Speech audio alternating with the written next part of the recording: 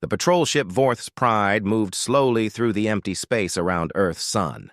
Commander Tae-ho sat in his chair and looked at the screens showing nothing but darkness. This was his 5th time checking the Sol system this year. Every time. It was the same. Nothing. No signals, no ships, no life. "Still dead," said Dr. Ari from her station. She was a tall, crystal-like being from the Nexari Collective. Her body sparkled blue under the ship's lights. 253 years of silence. These humans really did destroy themselves. Tae-ho nodded his scaled head. As a Vorthak, he was used to species wiping themselves out. His people had seen it happen many times before. "The Galactic Council was right to mark this system as a dead zone," he said. "Nothing here but rocks and empty space." The blue planet Earth hung in the distance like a lifeless ball. No lights on the dark side. No satellites moving around it. The humans had been loud once, sending radio signals everywhere. Then suddenly, silence. The galaxy had waited for years, but nothing came. Most people forgot about Earth after that. "Sir," called out his pilot, a young Vorthak named Do-hyun. "I'm getting some strange readings from the moon." Tae-ho looked at his screens. "What kind of readings?" "Energy signatures. Very small ones. Could be natural mineral reactions in the rock." Dr. Ari moved to look at the data. "Interesting. The pattern is unusual for natural sources, but it's too weak to be technology." "Set course for the moon," Tae-ho ordered. "We'll take a closer look. The Council wants us to check for any valuable minerals anyway." The ship turned toward the gray moon that orbited Earth. As they got closer, the energy readings became stronger. Tae-ho frowned. Something felt wrong, but he couldn't say what. "There," Do-hyun pointed at the screen. "On the dark side of the moon, there's a structure." Tae-ho leaned forward. On the screen was a building made of white metal. It was small but clearly artificial. Solar panels covered the top. A small landing pad sat next to it. "That's impossible," Dr. Ari whispered. "The humans have been silent for over 2 centuries. This building looks new." "Maybe it's automated," Tae-ho said, but he didn't believe his own words. "Some old human computer still running." "Sir, I'm detecting atmosphere inside the structure and temperature control. Someone is keeping this place livable." Tae-ho felt cold fear in his chest. The Galactic Council had rules about contact with primitive species. But the humans were supposed to be extinct. Dead species couldn't violate contact protocols. "Land near the structure," he ordered. "We'll investigate." The ship touched down on the moon's surface with a soft thud. Through the windows, they could see the white building clearly. It was bigger than it looked from space. Several stories tall with no windows they could see. "I'm reading multiple life signs inside," Do-hyun reported. "Humanoid. Definitely alive." Dr. Ari checked her instruments twice. "The energy readings are off the scale now. This is advanced technology, much more advanced than humans should have." Tae-ho stood up. "Arm yourselves. We don't know what we're dealing with." They put on their spacesuits and walked to the airlock. The moon's surface was gray dust and dark rock, but the building in front of them hummed with power. Lights moved under its metal skin like living things. As they approached the structure, a door opened in the side. Warm yellow light spilled out. A figure appeared in the doorway. It was tall and thin, wearing a simple white suit. It looked human, but that was impossible. "Welcome, Commander Tae-ho and Dr. Ari," the figure said in perfect Vorthak language. "We have been waiting for you." Tae-ho's hand moved to his weapon. "How do you know our names?" The human smiled. "We know many things. Please, come inside. The director wishes to meet you." "This is a trick," Dr. Ari whispered through their private comm. "Humans don't have this technology. They couldn't know we were coming." But the human had already turned and walked back into the building. After a moment, Tae-ho followed. Dr. Ari came behind him, her crystal body glowing with nervous energy. Inside, the building was clean and white. The air was fresh and warm. Human writing covered the walls, but underneath it were symbols from dozens of galactic languages, including Vorthak and Nexari. Impossible, Dr. Ari muttered. How do they know our languages? They walked down a long hallway. Through open doors, Tae-ho could see rooms full of computers and strange machines. Humans worked quietly at control stations. They all looked up as the aliens passed, but no one seemed surprised or afraid. At the end of the hall was an office. Behind a simple desk sat a middle-aged human man with gray hair. He wore the same white clothes as the others. When he saw them, he stood and smiled. Commander Tae-ho, Dr. Ari, welcome to Luna Base 7. I am Director Hyun-woo. Please, sit down. Tae-ho kept his hand near his weapon. You're human. Yes, I am. Humans are extinct. Earth has been silent for 250 years. Director Hyun-woo poured 3 cups of tea from a pot on his desk. The smell filled the room. We have been quiet, yes, but not extinct.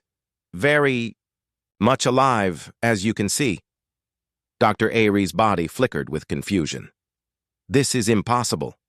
Our long-range sensors show no activity on Earth, no broadcasts, no energy signatures, nothing. Your sensors see what we want them to see, Hyun-woo said calmly. He offered them tea, but neither alien took it. We have become very good at being invisible. Why? Tae-ho asked. Why hide for so long? Hyun-woo sat back in his chair. Because we were watching, learning. The galaxy is a dangerous place for young species. We needed time to grow up. The Galactic Council would have helped you, Dr. Ari said. We help all developing species. The human's smile became sad. Do you?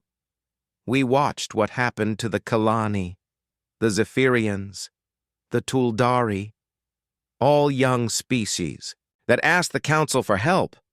Where are they now? Tae-ho felt uncomfortable. Those species had been absorbed into the Council. Their worlds became colonies. Their people became workers. It was normal. The strong guided the weak. That was how the galaxy worked. They were uplifted, he said. Given better lives. Given slavery, Hyun-woo corrected softly. We watched for 2 centuries. We learned. And we decided to take a different path. Alarms suddenly began ringing throughout the building. A human voice spoke over the speakers in rapid English. Hyun-woo listened, then looked at his guests. I'm sorry, he said. But your ship's automatic distress beacon activated when you landed. The Galactic Council is sending a fleet to investigate. Tae-ho reached for his weapon, but his hand wouldn't move. He looked down and saw his arm was frozen in place. Dr. Ari tried to stand, but couldn't move either. Don't be afraid, Hyun-woo said. The paralysis field won't hurt you, but we cannot let you leave yet. You have seen too much. What do you want? Tae-ho managed to say. Hyun-woo stood and walked to the window. Outside, more buildings were rising from the moon's surface. Hundreds of them. The gray landscape was transforming into a city. We want to talk, he said. After 2.5 centuries of silence, it's time to introduce ourselves properly to the galaxy. In the distance, lights began appearing on the dark side of Earth. Director Hyun-woo walked to a wall panel and pressed his hand against it. The entire wall became transparent, showing space beyond. Tae-ho and Dr. Ari gasped. Ships were everywhere. Hundreds of human vessels moved silently around the moon. They had been invisible moments before. How many ships do you have? Dr. Ari whispered. This is just one small fleet, Hyun-woo said. We have been busy for 250 years. The paralysis field released them slowly. Tae-ho rubbed his arm and looked around the office. Everything seemed normal, but he knew nothing was normal anymore. I want to show you something, the director said. Dr. Sujin is waiting for us." They walked deeper into the facility.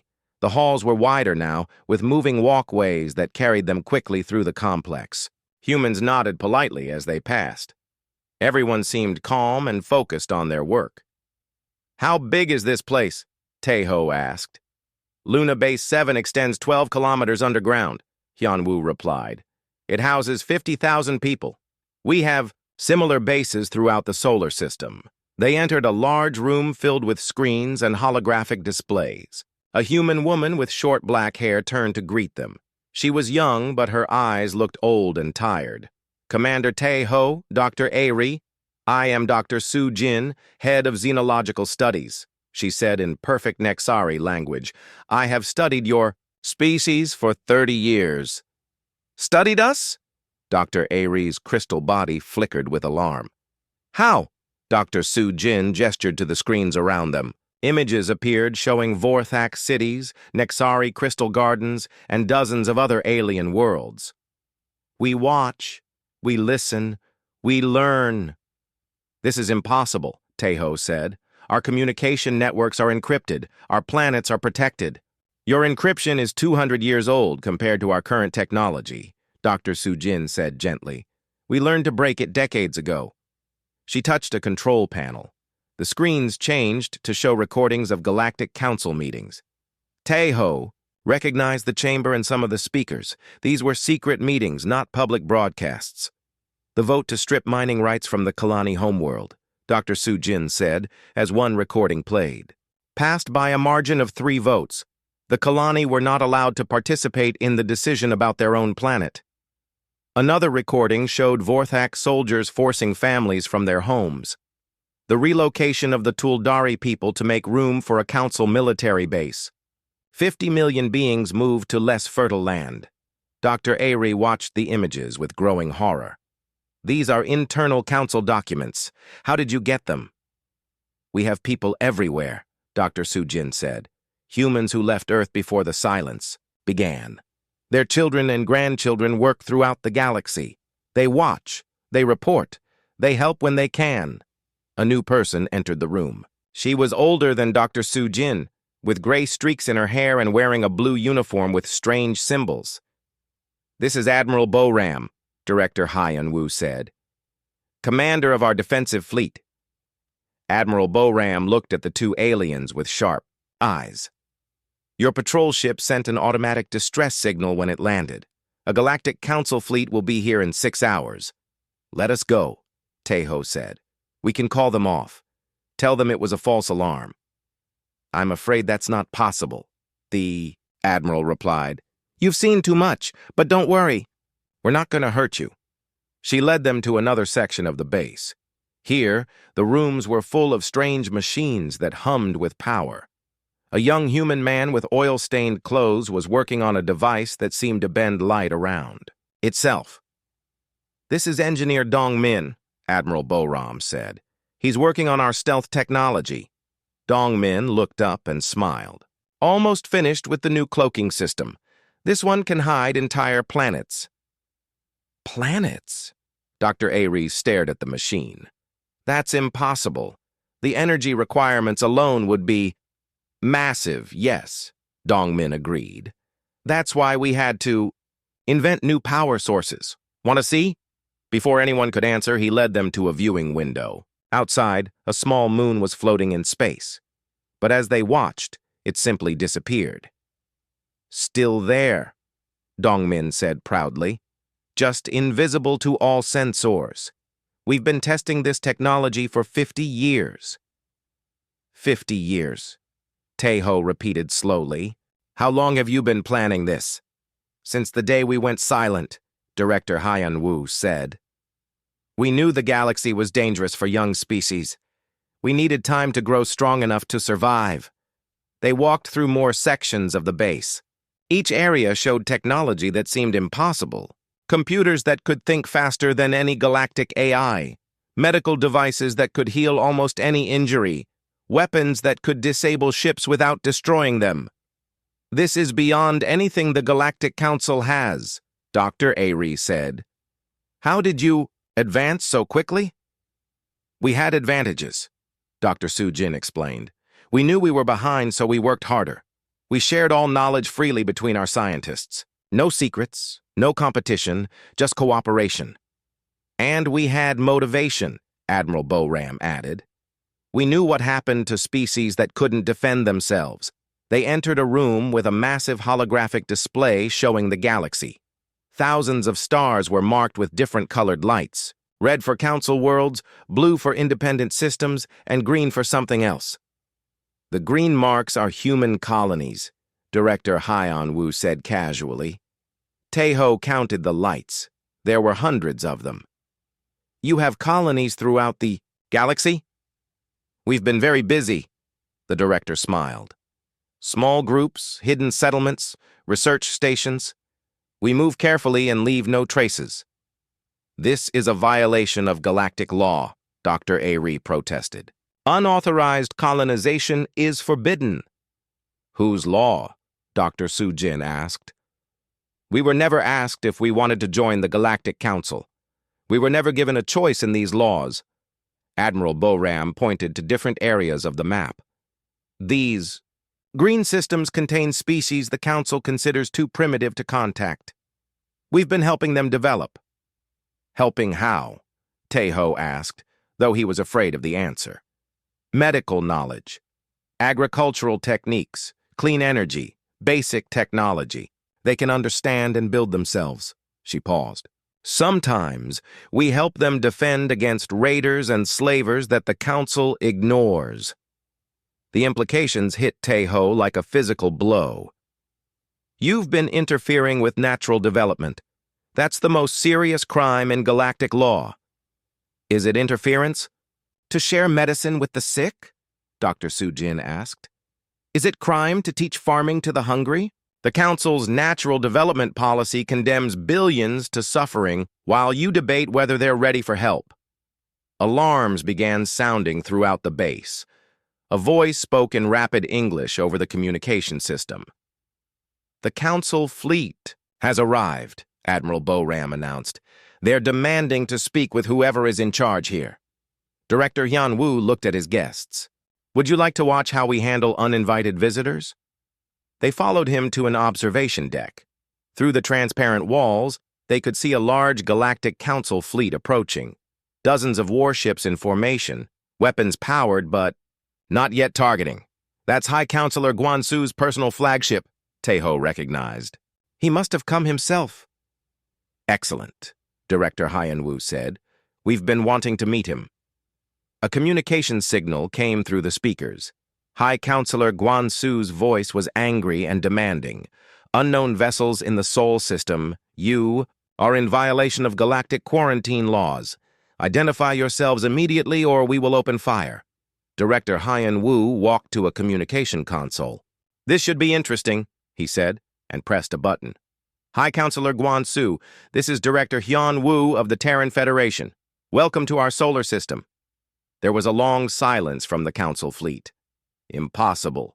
Guansu's voice finally came through. Humans are extinct. As you can see, reports of our extinction have been greatly exaggerated, the director replied calmly. We need to talk. Outside the window, every star in the sky suddenly began to shine brighter. Dr. Ari realized they weren't stars at all. They were human ships, thousands of them, decloaking all around the Council fleet. Now then, Director Hyun-woo said, shall we discuss the future of the galaxy? High Counselor Guansu stared at the screens showing his fleet surrounded by thousands of human ships. His scaled hands shook with rage. This was impossible. Humans were supposed to be dead, extinct, gone. Sir, his communications officer said nervously. They're requesting permission to come aboard for negotiations. Negotiations? Guansu's voice was a growl. With primitive humans? They're using stolen technology, probably salvaged from real civilizations. On his flagship bridge, other council officers looked uncertain. The human ships around them showed technology unlike anything in the galactic database. Their energy signatures were completely unknown. Sir, perhaps we should listen to what they have to say, suggested his aide, a young Vorthak named Jinwoo. Guansu struck him across the face. Never show weakness to inferiors. These humans think they can threaten the Galactic Council with parlor tricks and stolen ships. Back on Luna Base 7, Director Hyeon Woo watched the Council fleet through the observation windows. Dr. Ari and Commander Tae-ho stood beside him, still trying to understand what they were seeing. "He's not going to negotiate," Tae-ho said, quietly. "Guan-su is known for his pride. He'll see this as an insult to Council authority." "We expected as much," Director Hyeon-woo replied. "Dr. Soo-jin, please activate the awakening protocol." Dr. Soo-jin pressed a series of controls. Across the room, screens lit up showing Earth from orbit. The planet had been dark for centuries, but now lights began appearing across every continent. Cities that had seemed dead started glowing with life. "How many people live on Earth?" Dr. Ari whispered. 12 billion, the director answered. "We never left. We just learned to hide very well." More displays activated, showing the entire solar system. Massive structures appeared around every planet and moon. Space stations larger than cities. Mining operations on asteroids. Shipyards building vessels at incredible speed. "This is our industrial capacity," Director Hyeon-woo explained. "We've been preparing for this day for 250 years. On the Council flagship, sensors were going crazy. Officers ran between stations, trying to make sense of the readings. "Sir, I'm detecting massive energy sources throughout the system," the sensor operator reported. "Hundreds of installations we never saw before." "Impossible," Guansu snarled. "Our long-range surveys showed nothing here for centuries." "The energy output is enormous," the operator continued. "Larger than most galactic civilizations combined." Admiral Boram appeared on the communication screen. She wore her blue uniform and looked completely calm, despite facing the most powerful fleet in the galaxy. "High Counselor Guansu," she said politely. "I am Admiral Boram of the Terran Defense Force. We would like to discuss the future relationship between humanity and the Galactic Council." "There is no relationship," Guansu spat. "You are primitives using stolen technology. Return whatever ships and equipment you've taken, and we might let you live." Admiral Boram's expression didn't change. "I'm afraid there's been a misunderstanding. This technology is entirely human-made. We developed it ourselves over the past 2 centuries." "Lies!" Guansu stood up from his command chair. "Humans couldn't develop spaceflight 200 years ago. You expect me to believe you created all this?" "Yes," the Admiral replied simply. "Because it's true." Behind her, the view showed the bridge of her ship. The technology was clearly advanced, but it had a distinctly human design. Everything was built for human hands and human minds. Guansu turned to his weapons officer. "Prepare to fire on their flagship. These criminals need to learn respect." "Sir," the officer hesitated. "There are thousands of their ships surrounding us. If we attack—" "They're bluffing," Guansu declared. "Primitives always bluff when cornered." Luna Base 7, alarms began ringing. Admiral Boram's voice came through the speakers. "Council fleet is powering weapons. All human ships, prepare defensive positions." Director Hyeon-woo sighed. "Some people only understand force." "Very well." He nodded to Dr. Soo-jin, who pressed another control. Around the Council fleet, the human ships began to change. What had looked like simple vessels suddenly revealed hidden weapon systems and shield generators. But more importantly, every human ship began broadcasting the same signal. It was a message that went out to every inhabited system in the galaxy, simultaneously. "People of the galaxy," Admiral Boram's voice was transmitted everywhere at once. "This is the Terran Federation speaking. For 250 years, we have watched the Galactic Council rule through fear and oppression. Today, we reveal ourselves and offer an alternative. On 1,000 worlds, beings stopped what they were doing to listen to the impossible." Broadcast. Humans were supposed to be extinct, yet here was their fleet. facing down the Council's most powerful forces. We offer alliance to all free peoples, the message continued. We offer aid to all who suffer under tyranny. We offer hope to all who dream of a better galaxy. High Counselor Guan-Su watched in horror as his communication officers reported the same thing from dozens of systems. Sir, we're receiving responses from across the galaxy. Some systems are declaring independence from the Council. Others are asking for human assistance. This is impossible, he muttered. They're just humans. On the screen, Admiral Boram continued speaking. High Counselor Guan-Su, you have a choice. You can continue the old ways of domination and control, or you can join us in building something. Better! Never! Guan-Su snarled. Fire all weapons! The Council ships opened fire, sending thousands of energy beams toward the human fleet. But something impossible happened. The weapons simply stopped working. Energy beams faded away. Missile. Systems shut down. Even the ship's engines began to fail. What's happening? Guan-Su screamed at his officers. Unknown, sir. All our systems are being disrupted by some kind of field. Admiral Boram appeared on screen again. Behind her, the human fleet remained perfectly functional. We don't want to hurt you, she said, but we won't let you hurt others anymore. Around the Council fleet, the human ships began a demonstration. They showed technology that made Council science look primitive. Ships that could teleport instantly across vast distances. Weapons that could disable any enemy without causing permanent damage. Shields that could protect entire planets. This is what we've built while you spent centuries fighting over who controls what, Admiral Boram explained. We chose cooperation over competition. Progress over power. Dr. Airy watched from the observation deck, her crystal body flickering with amazement. The energy manipulation alone should be impossible. How did they solve the quantum stability problem? By working together, Director Hyan Wu said. When all of humanity shares knowledge freely, progress happens very quickly. Commander Tae-ho stared at the helpless Council fleet. They've made the most powerful military force in the galaxy completely useless.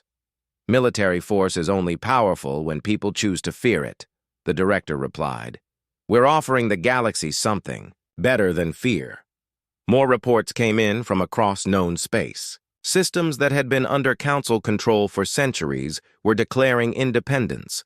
Species that had been considered too primitive for contact were revealing advanced technology that humans had secretly shared with them. How many species have you been helping? Tae-ho asked. Everyone who asked, Director Hyun-woo said simply, and many who didn't know they could ask. On his flagship, High Counselor Guan-Su watched his empire begin to crumble. Dozens of worlds were in open revolt. His own officers were questioning orders. Even his weapons had been turned off by technology he couldn't understand. This isn't over, he said to the screen showing Admiral Boram. The Council has ruled the galaxy for thousands of years.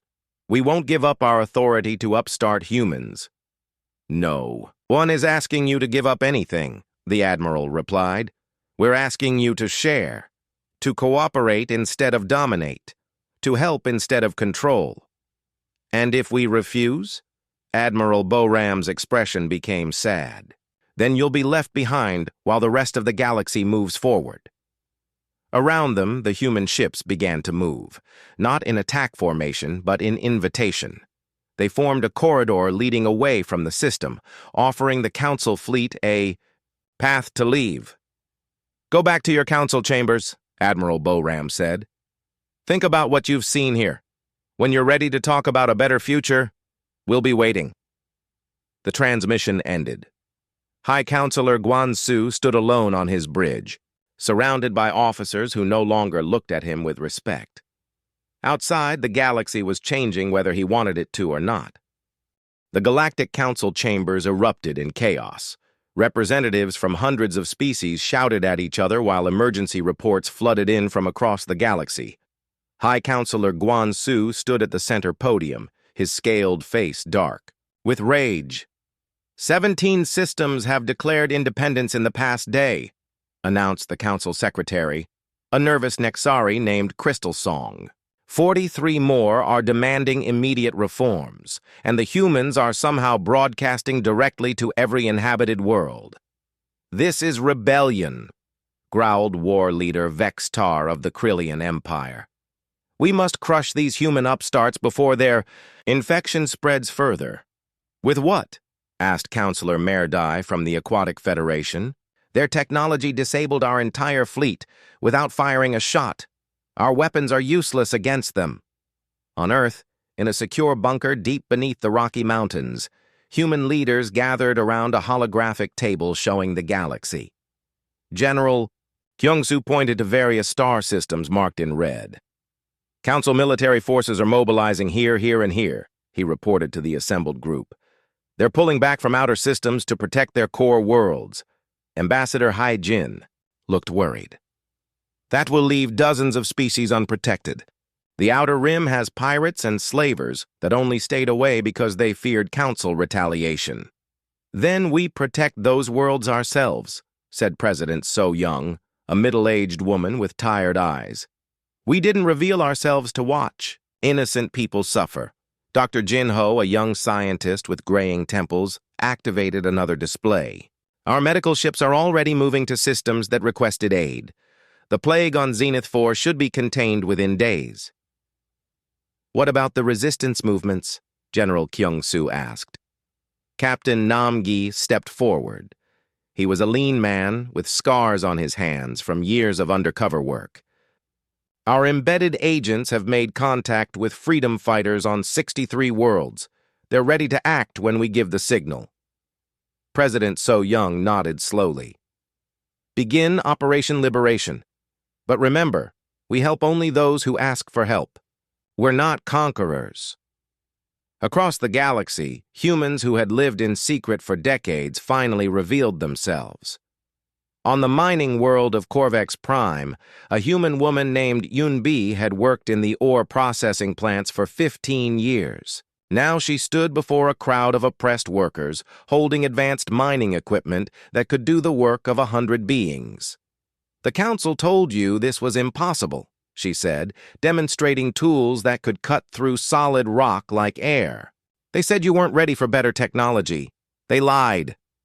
On the agricultural planet Verdania, a human man called Jun Ho had spent 20 years disguised as a simple farmer.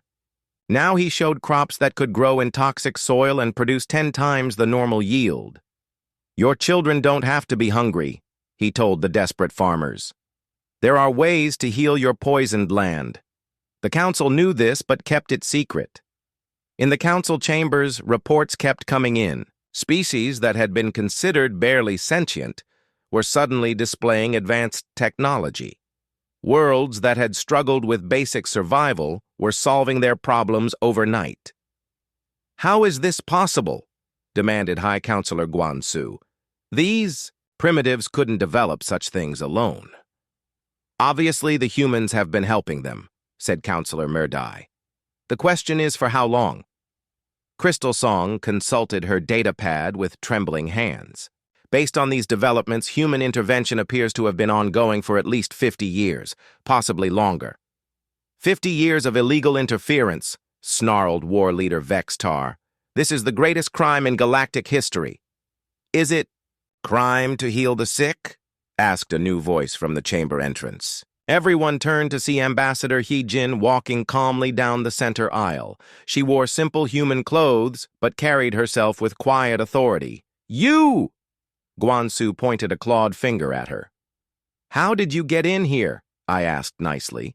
Hae-jin replied. Your security systems are 200 years behind ours. She reached the center of the chamber and looked around at the assembled aliens. I came to offer you a choice. We don't negotiate with criminals, war leader Vextar declared. Then let me speak to those who do, Hae-jin said. She activated a small device, and holographic displays appeared throughout the chamber. They showed human medical teams saving lives, human engineers building clean power plants, and human teachers sharing knowledge. This is what we've been doing while you debated whether species deserved help, she said. We didn't ask for permission because we knew you would say no. Counselor Mayor Dai studied the images. These worlds, they look prosperous, healthy, because they are, Heejin confirmed. When beings aren't struggling just to survive, they can grow, they can learn, they can become more than you ever imagined. You violated the natural development protocols, Guansu accused. Those laws exist for good reasons. Those laws exist to maintain your power, Heejin replied calmly. You keep species weak so they need you.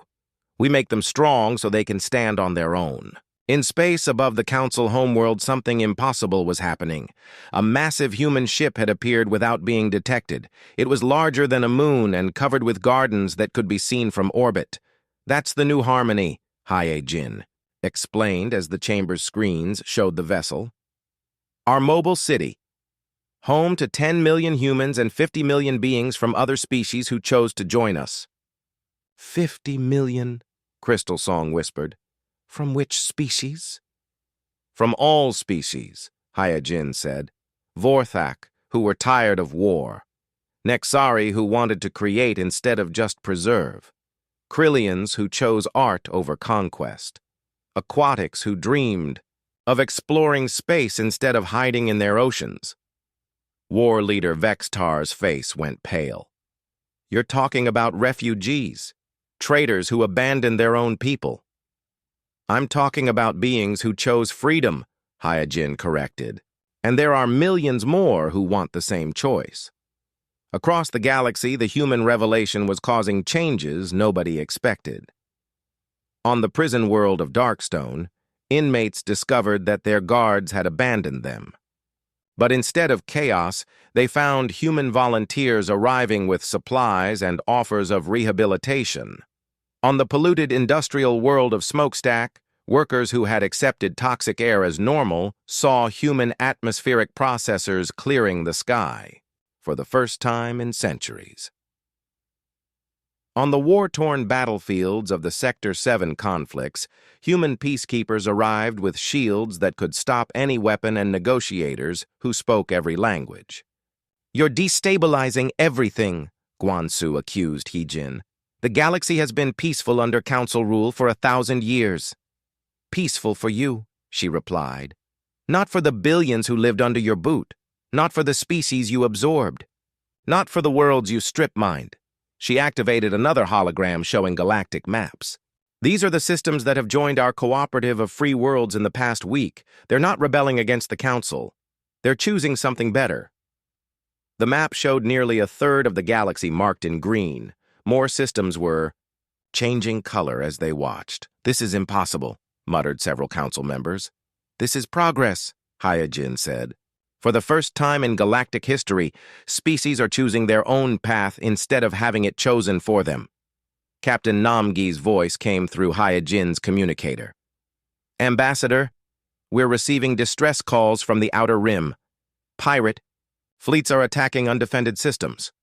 Send the rapid response teams, she replied, then looked back at the council. This is what happens when you abandon your responsibilities. Innocent beings suffer. We didn't abandon anything, Guansu protested. We're consolidating our forces to deal with this human threat. We're not the threat, Hae-jin said sadly. We're the solution you were too proud to see. War leader Vextar stood up, his armor clanking. The Krillian Empire will not submit to human authority. We choose war. Then you choose poorly, Hae-jin replied. But that's your right. We won't. Force you to join us? You'll fight us? We'll defend ourselves and anyone who asks for protection, she said. But we won't attack you unless you attack others first. General Kyung-soo's voice came through the communicator again. Ambassador, the pirate attacks are getting worse. 3 colonies are under siege. Hae-jin nodded to the council. You see? While you argue about authority, beings are dying. We're going to save them, with or without your permission. She turned and walked toward the exit, leaving the council chambers in stunned silence. Behind her, the holographic displays continued showing the galaxy in transformation, systems choosing freedom over fear, cooperation over control. This isn't over, Guansu called after her. Yejin paused at the door. No, she agreed. It's just beginning. War leader Vextar stood on the bridge of his flagship, the Iron Fist, watching the largest military fleet in galactic history prepare for battle. 2,000 council warships from 6 different species had gathered at the edge of human space. This would be the final strike against the human rebellion. All ships report ready for combat, announced his tactical officer. The humans have only 300 vessels defending their core systems. 300 against 2,000. Vextar smiled grimly. Even with their advanced technology, they cannot survive those odds. But something was wrong. As the fleet moved toward Earth's solar system, more ships appeared. Not human vessels, but craft from dozens of species that had never worked together before. Ships designed by the Kalani, who the Council claimed were too primitive for space travel. Vessels built by the Toldari, whose homeworld had been seized for a military base. Cruisers from species the Council had never even acknowledged existed. Sir, the tactical officer's voice was uncertain. I'm reading over 5,000 enemy vessels. They're coming from every direction. Vextar stared at the displays. Impossible. These species don't have the technology for space warfare. They do now, came a calm voice from the communication system. Admiral Sung Ho appeared on the screen, wearing the blue uniform of the Terran Defense Force. War Leader Vextar, you are outnumbered and outgunned. Surrender now and no one needs to die. We are the Galactic Council, Vextar roared. We do not surrender to primitives and their pet species. Very well, Admiral Sung Ho replied sadly. But remember, you chose this. The battle began with the Council fleet firing everything they had. Thousands of energy beams and missiles streaked across space toward the Allied forces. But something incredible happened. The weapons simply stopped working. Every beam faded away. Every missile shut down mid-flight. What's happening to our weapons? Vextar demanded. Unknown, sir. All systems are being disrupted by some kind of field. On Earth, President So Young watched the battle from the command center. Beside her, Dr. Ari and Commander Tae-ho observed their first space battle from the human perspective. Both aliens had chosen to stay with humanity rather than return to the Council. The field generators are working perfectly, reported a technician. Enemy weapons are completely disabled. And their life support? President So Young asked. Fully functional. We're only disabling weapons and engines, not life support systems. Commander Tae-ho shook his head in amazement. You could destroy them all, but you're letting them live. Death solves nothing, President So Young replied. We want to build a better galaxy, not a graveyard. In space, the Council fleet found themselves helpless. Their weapons wouldn't fire, their engines barely worked, and their shields were failing. But the Allied forces weren't attacking. Instead, they were sending medical supplies to ships that reported injuries and offering assistance to vessels with damaged life support. Admiral Seung Ho's voice came over all communication channels. Council fleet, you are defeated. But we offer you the same choice we offer everyone. Join us in building something better or go home and think about what you've seen here. War Leader Vextar refused to believe what was happening. This is some kind of trick. Attack with everything we have.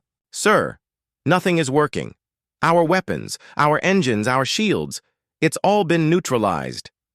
Then we rammed them, full speed ahead. But even ramming was impossible.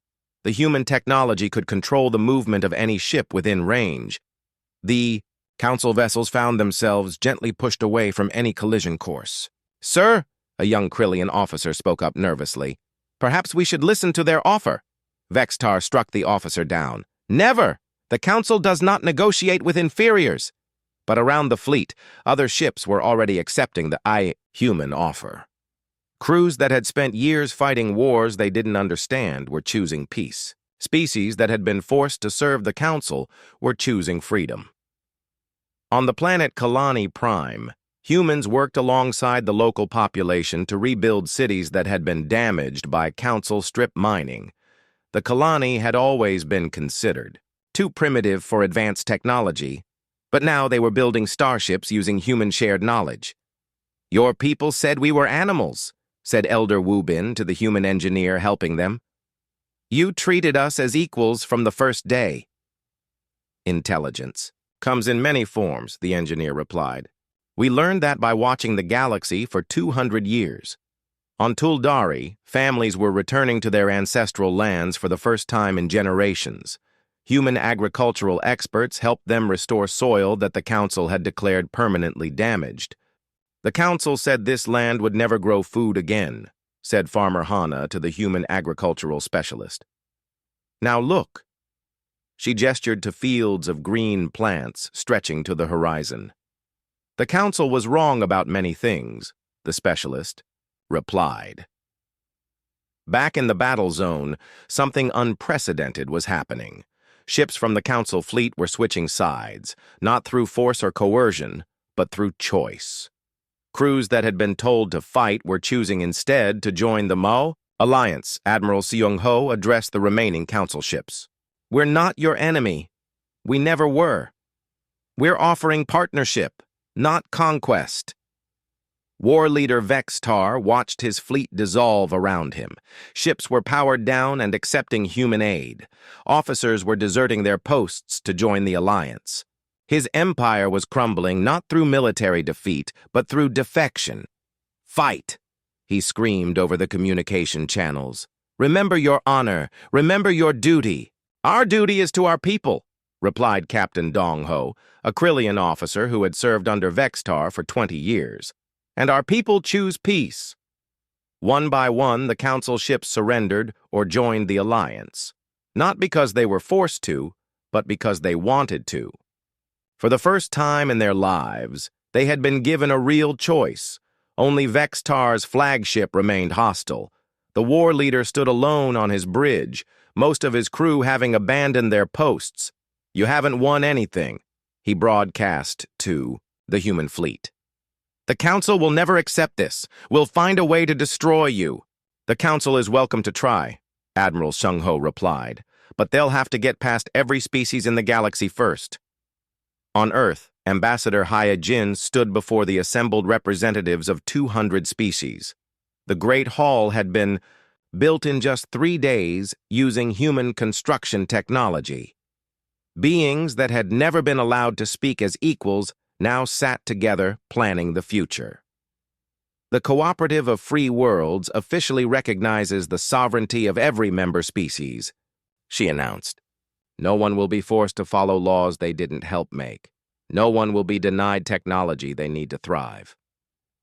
Commander Tae-ho, now wearing the uniform of the Cooperative, stepped forward. "As former Council military, I can tell you that this is everything we dreamed the galaxy could be but never dared to hope for." Dr. Ari, now serving as head of interspecies scientific cooperation, activated a holographic display. "These are the projects we'll work on together. Healing damaged worlds, exploring new regions of space, sharing knowledge freely among all species." President So-young took the podium. 250 years ago, humanity chose silence because we saw a galaxy ruled by fear. Today, we choose to speak because we see a galaxy ready for hope. The hall erupted in celebration. Species that had been enemies for centuries were working together. Beings that had been considered primitive were sharing advanced knowledge. The galaxy was transforming before their eyes. High Counselor Guan-Su sat alone in his chambers on the Council homeworld. Half his territory had joined the Human Alliance. Most of his military had deserted. His 1,000-year empire was ending, not with violence, but with beings simply choosing to leave. A message appeared on his communication screen. It was from President So-young. "High Counselor, the offer still stands. The Cooperative of Free Worlds welcomes all species, including yours. We don't want to destroy the Council. We want to make it unnecessary." Guan-Su stared at the message for a long time. Outside his window, he could see ships leaving for human space, his own people, choosing hope over fear. For the first time in centuries, the galaxy was truly free, and it would never be the same again. War leader Vextar's flagship drifted alone in space, its weapons powerless, its crew gone. The last holdout of the old way, surrounded by a galaxy that had chosen a better path. The age of cooperation had begun.